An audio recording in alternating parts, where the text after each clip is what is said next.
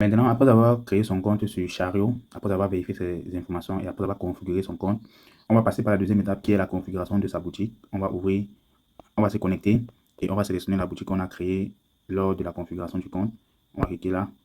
Bon, vous voyez, voici l'interface. Et je tiens à préciser que je suis sur mon téléphone. Donc, vous pouvez ouvrir Chariot sur la machine ou bien, si vous n'avez pas une machine, vous pouvez utiliser le téléphone. Donc, il n'y a aucune excuse en fait.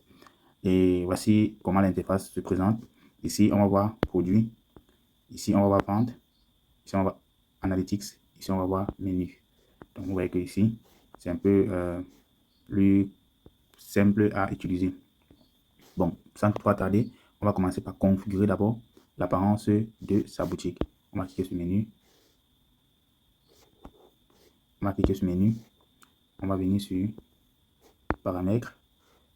On va venir sur apparence de la boutique, personnaliser l'aspect visuel, vos noms, acheter des liens vers les réseaux sociaux, configurer, configuration, définir vos données, paramètres de support client, configurer. On va commencer par configurer l'apparence.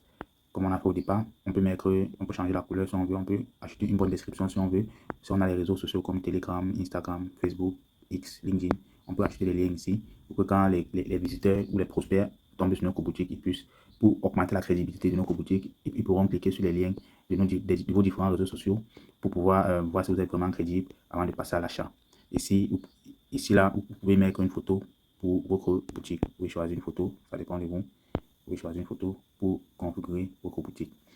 Quand vous finissez de configurer l'apparence, vous allez venir sur configuration ici.